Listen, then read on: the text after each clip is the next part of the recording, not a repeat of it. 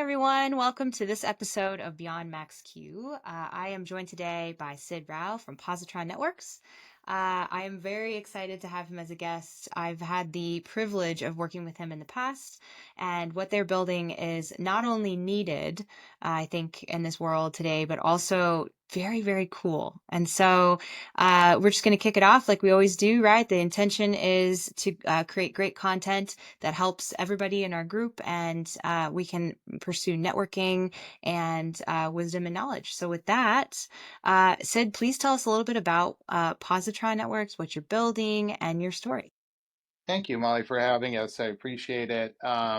Let's start with what drove to Positron and why did we decide to build Positron Networks? When I worked at AWS, we used to spend an inordinate amount of money on resources to support applied scientists or machine learning engineers or AI scientists. Man, they have different terms for AI researchers every day. But one thing we noticed is we were spending a large amount of money to support these users. They're spending money on hardware, so GPUs, high performance Hmm. computing clusters, or we were spending money on IT or DevOps users and resources in that form. And ultimately, we felt that there must be an easier way to support this community. This community has experience with Python. They have experience as usually a little bit of software development, programming for sure, but they were lacking, IT skills and DevOps skills. And as a result of that, they were spending inordinate amounts of money on infrastructure, both cloud and on-premises infrastructure, and they were spending money in the form of needing IT support. So we built an easy to use tool. We launched it with Boston University in January called Project Robbie. That made it easy for scientists, researchers, analysts, you name the job family that's being constructed today that's going to do AI research, and gave them a tool and a set of services that made it easy for them to consume high performance computing, GPU resources, and other AI support capabilities that are necessary for them to create the models of today for tomorrow and use the models that they have created already in a more efficient and cost-effective way. Love that. And I know a little bit about it, so I want you to kind of share more about why it's cost effective and how it actually benefits research. Sure. So, when it comes to scientists, researchers, analysts, when they think about the cloud, they commonly think about it in a very simplified way, which is I go to an AWS or an Azure and I rent a server or I rent several servers and I pay for it on a monthly basis. And, the infrastructure is very simplified for them. In fact, I still remember when a researcher at the University of Illinois called AWS S3 literally simple storage service, one of the most complicated APIs that he was aware of. I was very surprised to hear that, but I understood why he had that perspective. They really look at it as I need a server, I'm going to go get a server. Well, the challenge with that is they then get shocked by the monthly expense of this highly expensive GPU resource coming and hitting their credit card, their cost center, and they can't understand why cloud is so expensive. So the first thing we do is we move the scientists from a mindset of going out and renting a monthly server to paying for the job or paying for the operation. So they run a job on our service. They are only charged for the time that that job takes on the computing infrastructure that's required to execute that job. And that's the first mentality and mindset change that we do to save them money. The second thing we do is we realize that, when it comes to IT support, so what is the IT support that a scientist needs? Well, they need help with where to store their data. They need help with how to make their Python packages work. They need help with how to create a container to execute their job. These are all, tasks that are not commonly they're not experts at, and they go and ask for support with, and that consumes resource and headcount. So what we do is we automate all of those tasks. We use large language models to help optimize where jobs are going to run, what kind of GPU is required to run that job. We figure out how to package their data set and move it to the cloud in a very effective way. So ultimately, a large high performance computing research center becomes kind of an adjunct resource to their local laptop or their local development and scientific environment. It's just another tool that's easy for them to access without requiring them to go get IT support or go rent a server. So that's what we do to make things a little bit more easier for our scientists. Mhm. And what is the project name? Because I love it. Project Robbie, yeah. So it's an interesting story with startups, but we always struggle about when to launch and what to name things. And one of the things I wanted to do was make it less of a one-way door excursion for my co-founders, for you, for other stakeholders in the project, and easiest way to do it was to call it a project because that's exactly where we are in the journey of a startup. We found somebody to collaborate with, Boston University. They have a user base that needs help, the users of the Massachusetts Open Cloud specifically. And ultimately, it was easy to just to start a project with them, and that's why it's called a Yeah. project. Robbie is because we're not very inventive as a name perspective. We love the name Robbie as well because it sounded like a name we'd give to our first pet, for example. But also, it has a corny background story. It happens to be Isaac Asimov's name of his first robot as well. So that's how we ended up with Project Robbie. But and the name has stuck. I mean, it's amazing how many people hated the name, loved the name when it first started, and I was like, guys, this is not a one-way door. Just relax. We'll have a chance to name something else in the future. And about a couple months later, I hear, "Oh, I love the name. It's so cute and adorable." And I'm like, "Okay, fine, it's staying." So it's amazing how names people hate the name and love the name, but names stick. And Yep. so just as long as you don't name it something terrible, which is always subjective to say, but as long as it's not something inappropriate, There you go. it will just realize the name will stick and it'll be with you for a while, but that's okay. Yes. Or you could always, I guess, DBA, doing business as, you could change it. But I think the name's fantastic. Hmm. That's a good first step. Like, be careful what you name things because it might be more lasting than you realize. Correct. I mean, I will tell you, naming is a very interesting thing because you could do a lot of damage and you rarely will get people happy with the name either. So it is one of the things where you can do inordinate amount of damage to your startup. I remember a product at AWS. It was a startup little group within AWS that named their product after, I think it was some inappropriate, venue in Mexico, and where inappropriate things happened. And AWS naming is one of the most rigorous things that you can find. They like come up with, like, I swear, 500 names for this startup little service within AWS before they name it, and it goes through all these documents and reviews, and Andy Jassy had to sign off on it. And next thing you know, they named it after some inappropriate venue in the middle of Mexico or Brazil or something like that, and nobody had even thought of that. And the next thing it's out on TechCrunch. But yep, that's how naming goes. That's I'm kind of surprised they name. able to step in and some point. I mean, it had to go through legal review, right? And like Oh, do like a absolutely, search, like, absolutely. oh my God. Absolutely. I mean, and the thing is, you didn't even have to Google that hard, Molly, to find Um, this venue in Brazil or Mexico. I forget which geography it is, that's terrible. and now I probably insulted the entire population of Brazil and Mexico in one sentence. But yeah, no, they name, and then they had to change the name, and without, I won't name the culprits, but they literally had to go through a name change, and these poor software engineers were updating, like, they put the name in API methods, by the way, so they had to literally change, like, customer signatures and and API methods and tool sets. Oh, it was amazing. It was amazing to watch that happen in real time.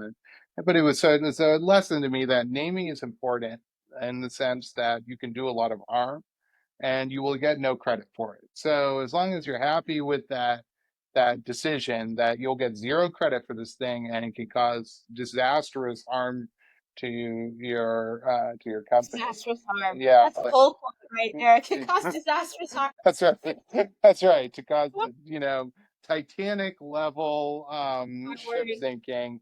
I mean, seriously, I've seen some very interesting naming things where they have literally broken companies, but everybody loves to tell you your name is going to be wrong. But Sure. because That's like naming a child, if that's anyone's ever named a child, right? the Like no one ever difference. likes it. The difference is, I doubt anybody went up to your parents and said, Molly is a terrible name and I hate it. And so, I mean, Well, they do it after the uh, fact, just while they're thinking about the name. yeah, they'll just tell it to their wives while Yes, yes, yes. or their wives will tell their husbands as they're driving away from the party, like, who names their child There you go. Molly? There you go. But they'll never say it to the parent directly. But in the case of a startup, they will tell you that they hate the fact that you named your child Molly or whatever the Oh case might my be. God. So anyway, I love it. No, it's good. That's a good tip. I was going to ask you the next question is, okay, you have founded many things. I mean, you have been in tech for quite a while. You've quite the career. I would love for you to impart some knowledge, wisdom on some founders who are just getting started. What are some things like red flags or things to look for or, in your mind? well, this is a lesson even for me. It's been a really eye-opening lesson about it is easy to tell yourself you're working backwards from a customer and start your company on the basis of listening to Yeah. customers and building for them. And at first, that sounds like an excellent thing to do, build for your customers. But the danger there is then you're not necessarily thinking big enough about what is the larger opportunity for this business and what is the vision you're building for as an end state. So, one of the things you get told as a startup founder all the time is you're told build quickly, launch quickly, get something out there. And Mhm. you feel this, you read it on LinkedIn. Some company started 2 days ago and has $5 million a monthly run rate. Oh wait, I think there was a company who did that on TechCrunch today, and has been caught, maybe perhaps inflating their ARR numbers. So maybe I shouldn't say anything about revenue. It's too soon. I'm kidding. I'm just totally kidding. Ultimately, you hear about startups all the time. Like they Yeah, built in one day and they launched right. 24 hours later, and so you feel this inordinate pressure to work quick for backwards from a customer, find the smallest problem you can solve, and then go and solve it. And we did that with Positron. We started out by saying, look, it's a GPU access problem. And it's true, it is a GPU access problem. That is absolutely a concern for a lot of users and customers. Is where am I going to find the computing to do my job? The danger is you're not thinking big enough about the broader vision and opportunity for this business, which will make fundraising very hard. It'll make Right. even convincing some of your larger customers to make an investment or take a leap on what you built. And at the same time, I see the flip side of this as well, which is you'll see startups basically come up with the craziest, grandest vision, like we're going to reinvent Office overnight. Mm. And that is an unbelievable mission as well. So it's that balance between small, thinking too big, and thinking too small. Which is what's going to be the hardest thing for you to sort out. And you're going to think you're going to be able to solve that within 90 days. And you'll have advisors who will tell you, oh, we'll be able to get this solved in 30 days. No, it will take a year for you to sort that out. And I think the challenge that How do you survive for a year? well, that's a very good question because I think a lot of startup founders feel, well, maybe I'll do that while I'm working at a large company. I've heard that theory before. But you really can't do that because of intellectual property. agreements, things of that nature. And then you'll hear people say, hey, well, maybe I'll just focus on a customer and get a customer to pay for it, and I'll bootstrap for that year. That's a little bit of a tricky business as well, right? Because, usually you overestimate your profit, you overestimate your margin, and you underestimate how much it costs to actually live. And so I think the crucial thing I would advise is when you're working at, a large company with a large paycheck, build up your buffer, build up your reservoir because it's going to be a slog for that first year. And I'm not discouraging you from doing it because I think it can actually be, perhaps it's probably going to be the most, important part, educational. And even if you completely fail, it'll be the most educational part of your career that you'll ever do.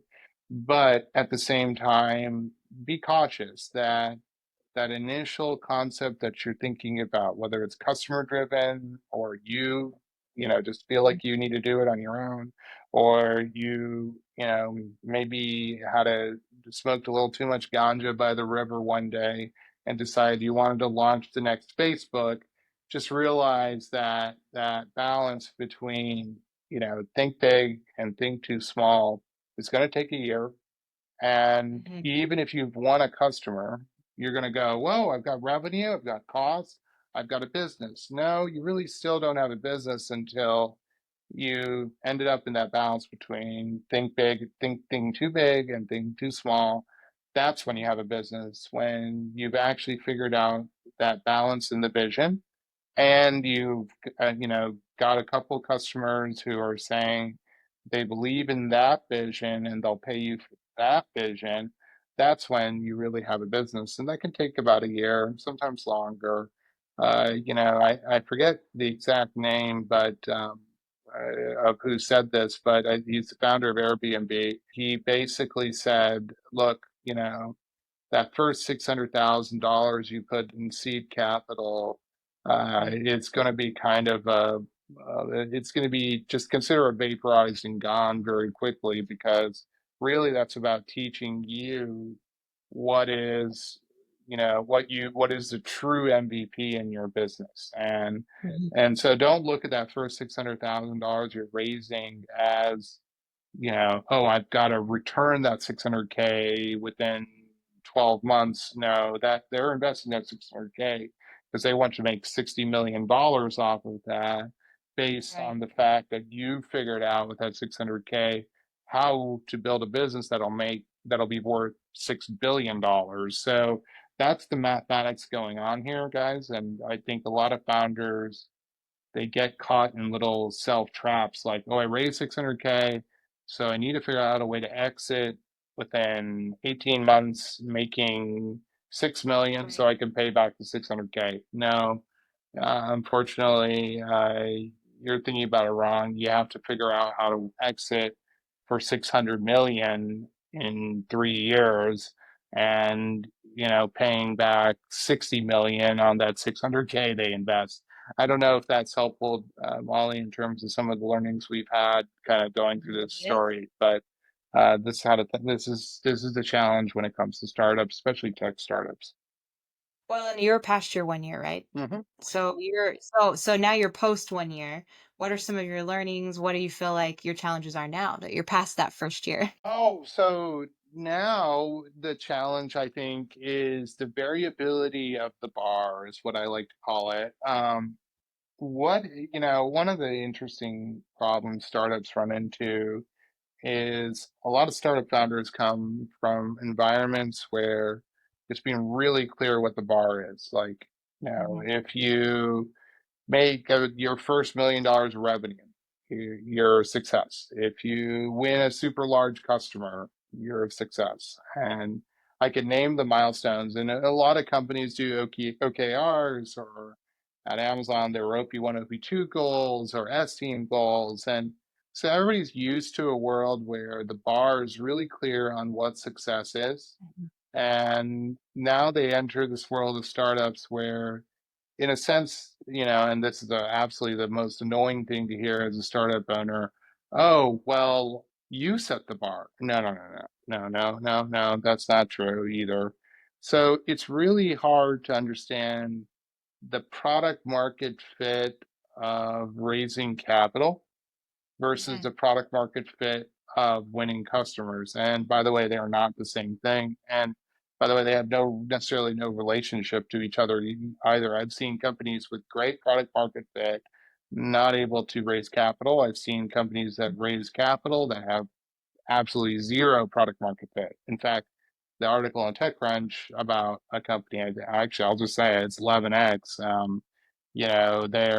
There's a whole turbulent, to do about that today, where great ARRs in theory. However, you have customers saying we're not customers and we hate the product, and yet they raise from E16Z. So, like I said, Right. there are lots of that ambiguity of where the bar is, and what product market fit means for investors is different than customers, which is different than what you're thinking about. That is where I think a lot of startups go to fail. And I think what we've learned is it is important to treat them as two different processes. They seem linked, but they're not actually as linked as you may think. It's important to balance your time between both with some level of that, some level of purpose. So I think it's very easy to get caught up in this theory of, oh, I'll just go win five large enterprise customers, and investors will figure themselves out, or we'll just get to revenue, that scaling revenue, and then investors will figure it out. No, I think that's a wrong way to look at it. You actually do need to think about investors as a product, and Mhm. you have to create a product for them. And if you don't do that, you're going to run into trouble.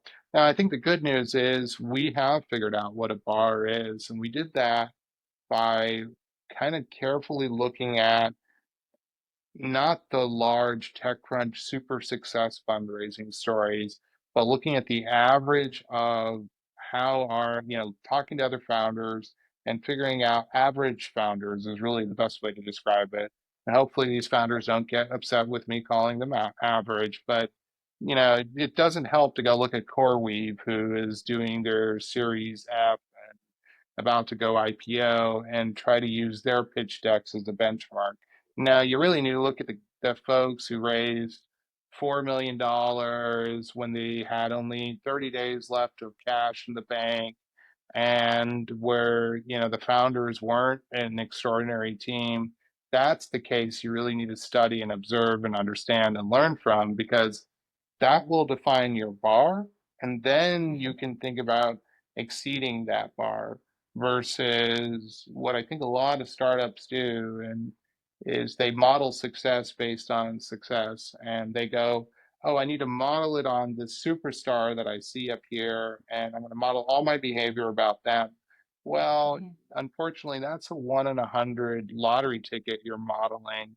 And just because you look like a Powerball ticket, just like you smell like you're a $1 billion Powerball ticket, doesn't mean your numbers are a Powerball ticket, which is Yes. what I think a lot of startup founders make the mistake, is they try to model around the superstar success and the entrepreneurial books they've read, and they don't model around the reality on the ground of the people who are grinding it out and just making it to their next round. And that's the objective you need to set. And then yeah, sure, go ahead and try to exceed it and be the lottery ticket. But Yeah. first, understand your kind of minimum viable investor story, minimum viable, customer story. And I think in the last 2 weeks or 3 weeks, we finally figured out what that is for Positron, and it's made my life a lot easier, because now I know, oh, I've got to go win X number of design partnerships over here, and I need to have a deck that speaks like this over Mhm. here, and I need to, uh, you know, have this rate of making new investor friends over here. And that balance and objectives has made my life a little bit more straightforward for me to go out. No guarantees it'll succeed, but at least I know what I'm aiming for now versus Right. I think 6 months ago the bar was all over the map, and that It makes was it just really hard. great, right? It's kind of squiggly, maybe.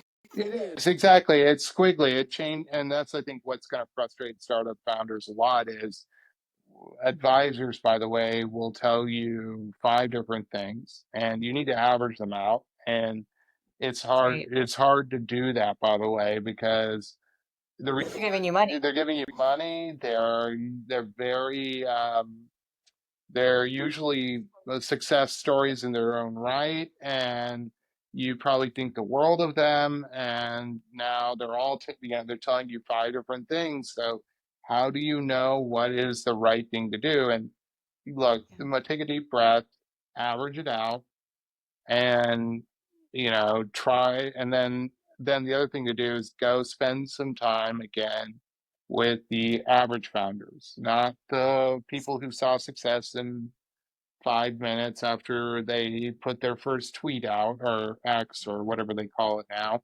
And yeah, those are not the people to model behavior after. And you really want to model the behavior after the people who We're are hitting base grinding it, hits. yeah, hitting base hits, because it's kind Then of you score that's more, right, right? that's right. It's a Moneyball problem, right? Like I Yeah, think it is.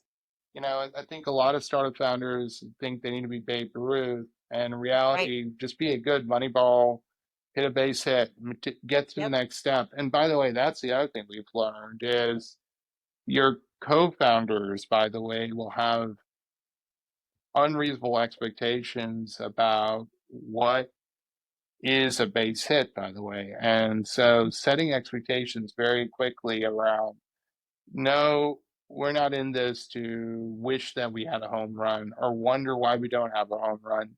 Just hit the next base hit. Like last week, it was very interesting. One of my co-founders was going, Sid, we notified them there's this service that costs absolutely nothing, and they say they've got an immense need and demand for it.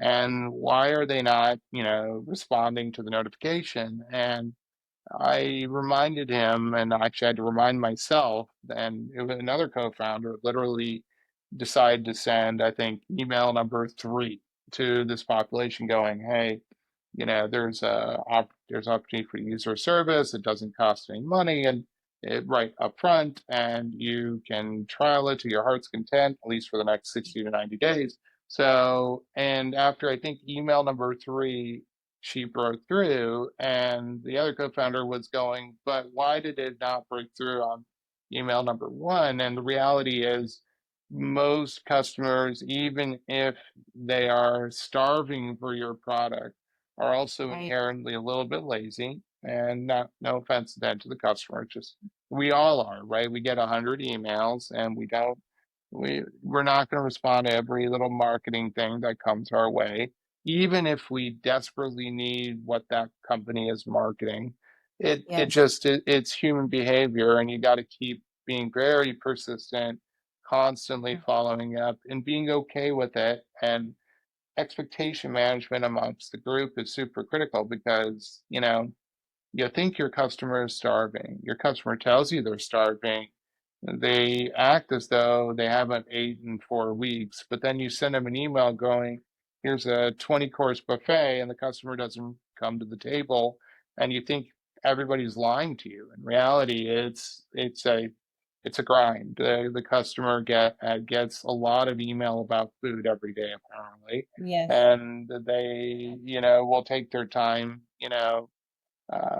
thinking about it. So, I mean, I think all this being said, it's all about goals, objectives, expectation management, and it's The and consistency. it's consistency, exactly. And I think people really uh, have trouble with all of these things in a startup. And the other thing that I would also tell you that a lot of startup founders make a mistake when it comes to startups is they think that it's about how much capital you've raised and how much money is in the bank. No, no, no, no. A startup is really about how much the families and the personal conviction of the founders to continue. And that it has more to do with that than it has to do with any sort of capital raise or um, anything else of that sort. And How bad you want it, yeah, how essentially. bad you want it. Exactly. It and what I would tell you is that until it has gotten really bad, you will not actually break through. That's the other thing, is that in this journey so far, I have not made progress until I've been darn sure it's dead. Then I've made progress. That's what's really ironic about startups is that it works very differently than large companies where, you know, you kind of do your homework and it's like a university system almost. You do your homework, you take your tests, you do well at your tests, you get promoted, and you keep kind of going up and up the stack. And in a startup, you can do all your homework, be the most organized, be the most prepared, and you can still absolutely fail and then that last moments of disorganization can come the absolute break you need for driving success. And so then, it does beg the question then, Molly, like, why do people go through that? And you should be going through it, not unfortunately to make money. I hate to say this, but a lot of startup founders, they believe, oh, this is my opportunity to be the next Jeff Bezos or Elon Right. Musk. And no, no, no, no, no. You're doing this because you really want to solve the problem. And Mm-hmm. your investors want to be the next Elon Musk and Jeff Bezos. Let's be really clear. Like your investors want to make the dollars. Your venture capitalist definitely wants to make the dollars. Your vendors definitely want to make dollars off of you. But you're in this because you actually legitimately have conviction that there's a problem that needs to be solved, and your team is the right team to solve it. And it's those teams that'll be successful. I mean, I remember talking to Jeff Bezos about this at one point. Uh, I think he genuinely wanted to be able to deliver goods to people over the internet, and that's why he started Amazon. He had no interest. I mean, he probably had some interest, obviously, in making money. We all do. We're human beings, but ultimately, that's not what drove him. I believe, to start Amazon, and that's not what Andy Jassy thought of when he wanted to start AWS. And it's really about the team wanting to build something for customers and believing they're the right team to build it. And that's what a startup kind of needs. And if you don't have that, it's okay to walk away. And in fact, that's the other thing to realize as a startup is you'll feel trapped in this journey as you go through it. And I'm probably saying all kinds of terrible things as a founder, but Yeah, uh, but it's good. but ultimately you're going to feel trapped if you go through this journey. You're going to go, oh my God, I'm done. I have no way out. My investors are unhappy. I've got customers are unhappy. I've got, my wife is unhappy or my husband's unhappy, and you're just going to be sitting there thinking you're completely trapped. That is the absolutely inaccurate way to look at it. You are not trapped. It's a startup. You can walk away from it at any time. But before you do that, balance that out with if you didn't believe you were trapped, what can you do today that'll move the ball forward? Mm-hmm. Because ultimately, getting out of that mindset of being trapped, moving the ball forward, that will give you those base hits that you need to win the ball game. And that, that's the mental kind of activity that needs to occur is stop believing you're trapped, stop cursing the world and the fact that people aren't behaving in a way that you expected, and just focus on And the it's fourth email. and yes, Try again. try again. Focus on the next best action you can take today Yeah. to move the ball forward. And I think a lot of startup founders struggle with those concepts. And but you get good at, by the way, if you get good at that, you can go anywhere. Startup, Yeah. large company, and you will succeed beyond your wildest imagination. So look at this time as an opportunity to get very good at looking for the option to what's the next best action you can take. Mhm. And sure, look, we all know this, large amount of these startups fail, and there may not be a next best action. And that's the time to balance that. But you should balance that against your personal conviction. Don't balance that Mhm. about, oh, some advisor said this or some customer said that, or those are spot one data point stories. The only thing you should be balancing against is what do you believe, and do you have the familial and personal support and conviction to keep chasing solving this problem? And maybe you don't, and it is perfectly fine to say time to put it up. But don't look at. I will tell you this: don't look at quote unquote runways and things of that nature. Nothing in the grand scheme of things, where most seed and pre-seed companies are at, what they think of as, oh my God, the world is ending, isn't really the world ending. And it's really the story ends when you say it's going to end, and Mhm. be ready to know when that is and make that decision. I don't know if this is Thank helpful, you. Molly, Yeah. but This is so helpful. I was actually going to say this is like a course. I mean, I feel like, these things aren't, you have to learn them. You go yes, through that experience. And so I appreciate you sharing the experience so that people can kind of learn from that. And because you go to school and I did not learn about any of these things, right? And I no, think no. no, right? You live it or you hear from other people. And so it's like it's good. It's good. It's like listening to a college professor, in my opinion, like telling you these things that you need to know to succeed or to fail well, Yeah, right? To your point. yeah, And I think, kind of just wrapping it up for time's sake and for the audience, I would love to end with what you're reading, what you're currently reading, yeah. because that's an easy, light question that is always fun to have at the end. Yeah, so one of the current books that I'm reading is about the man who solved the market. It's a story basically about how a mathematician who pioneered the area of algorithmic training and came up with the whole concepts of how quants basically on Wall Street today behave.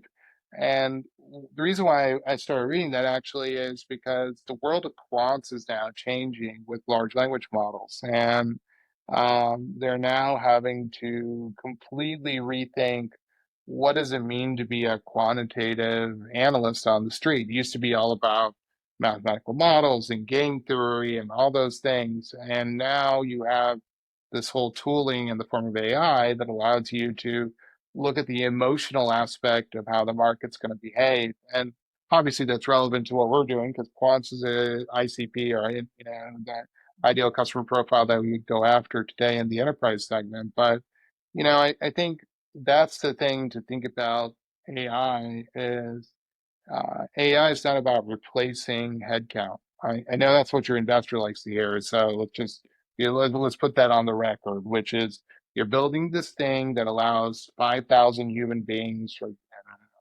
to get replaced and with a piece of software that's going to make billions. No, the reality is that AI is about truly changing entire business models. And like you take a look at the quant market, it is going to Mhm. get completely revamped and revised because of the fact that you can take news articles now that are streaming in real time and make trades on them automatically in a way that is not just based on simple pattern matching of phrases or words, but it actually can look at the emotional tenor of that news article. So you could make a trade, for example, on how the defense industry is going to change because a whole bunch of senior leaders got caught using Signal to talk about classified military stories. So For me, AI, it's about changing how it's about changing behaviors and how Mm. productivity is going to change, not about replacing humans. And I Yes. know investors love the human replacement story, but I think that's just a little too simple. Like reality Mhm. is, it's about behavioral change. And it's amazing, Molly, by the way, how many investors have literally been like, this is an easy thing for me to understand. When I said, well, our product makes it so you don't need as many IT support people to support your scientists, and that's a really gross implication of what we do.